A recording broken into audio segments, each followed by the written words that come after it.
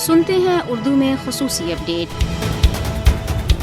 غیر قانونی طور پر بھارت کے زیر قبضہ جموں کشمیر میں بھارتی فوجیوں نے اپنی ریاستی دہشت گردی کی جاری کارروائیوں کے دوران 2019 سے اب تک گزشتہ 3 سال میں 13 خواتین سمیت 651 کشمیریوں کو شہید کیا ہے، جن میں سے 99 کشمیریوں کو بھارتی فوجیوں اور پولیس اہلکاروں نے حراست کے دوران جعلی مقابلوں میں شہید کیا۔ اس عرصے کے دوران بھارتی فوجیوں، پولیس اہلکاروں اور بدنام ضمانت تحقیقاتی ادارے NIA نے مقبوضہ علاقے میں کم از کم 12,694 محاصرے اور تلاشی کی کارروائیوں میں 18,000 سے زائد حریت رہنماؤں، کارکنوں، کشمیری نوجوانوں، طلباء، صحافیوں، سول سوسائٹی کے ارکان اور خواتین کو گرفتار کیا۔ بھارتی قابض انتظامیہ نے ضلع کپواڑہ میں محکمہ جنگلات کے 4 کشمیری ملازمین کو جبری طور پر معطل کر دیا ہے۔ معطل کیے گئے محکمہ جنگلات کے تمام ملازمین مسلمان ہیں، جن میں رینج آفیسر محمد یاسین خان اور بلاک آفیسر محمد شفیع میر اور دیگر شامل ہیں۔ واضح رہے کہ مودی کی فسطائی بھارتی حکومت کشمیری عوام کے حق خودارادیت کے حصول کی جدوجہد کی حمایت کرنے کے الزام کے تحت کم از کم 47 مزید کشمیری سرکاری ملازمین کو برطرف کرنے کا منصوبہ بنا رہی ہے۔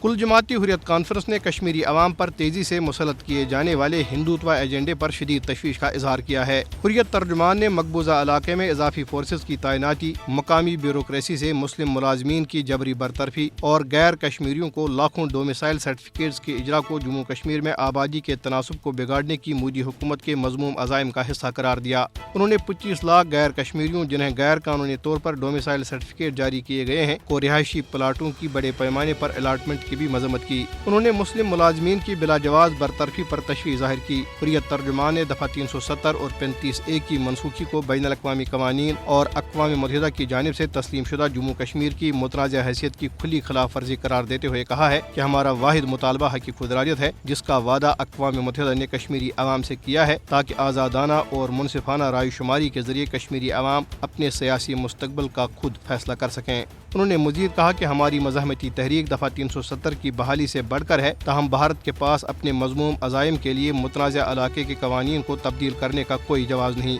حریت ترجمان نے کہا کہ بھارت اپنے مذموم منصوبوں کو کشمیری عوام سے چھپا نہیں سکتا، جہاں غیر مقامی تاجروں، ملازمین اور مزدوروں کی تعداد مقامی آبادی سے بڑھ گئی ہے۔ نام نہاد حلقہ بندی کمیشن کی طرف سے جموں خطے میں اسمبلی کی نشستوں کی تعداد میں مجوزہ اضافے کا مقصد BJP کی مجموعی نشستوں کی تعداد بڑھانا ہے، تاکہ مقبوضہ علاقے میں ہندوتوا ایجنڈے کی نفاذ کی راہ میں حائل رکاوٹوں کو دور کیا جا سکے۔ انہوں نے اقوام متحدہ کے سیکرٹری جنرل پر زور دیا کہ وہ بھارت کی طرف سے مسلم اکثریتی متنازع علاقے میں زبردستی ہندوتوا ایجنڈے کو مسلط کرنے کا نوٹس لیں اور بھارتی فوجیوں کی طرف سے مقبوضہ علاقے میں کشمیریوں کی نسل کشی اور انسانی حقوق کی پامالیاں رکوانے اور سلامتی کونسل کی متعلقہ قراردادوں کے مطابق تنازع کشمیر کے حل میں مدد کریں۔ میر وائز عمر فاروق کی سرپرستی میں قائم حریت فورم نے ضلع پلوامہ کے علاقے کاکپورہ میں بھارتی paramilitary central reserve police force کو کیمپوں اور رہائش کے لیے زرعی زمین الاٹ کرنے پر شدید تشویش کا اظہار کیا ہے۔ فورم نے کہا کہ قابض حکام CRPF اہلکاروں اور ان کے اہل خانہ کے لیے کیمپ اور رہائش گاہیں تعمیر کرنے کے لیے کاکپورہ میں مقامی لوگوں سے زرعی زمین کا ایک بڑا حصہ چھین رہے ہیں، جس سے ان کی روزی روٹی خطرے میں پڑ گئی ہے اور اس اقدام سے مقامی لوگوں میں شدید غم و غصہ پایا جاتا ہے۔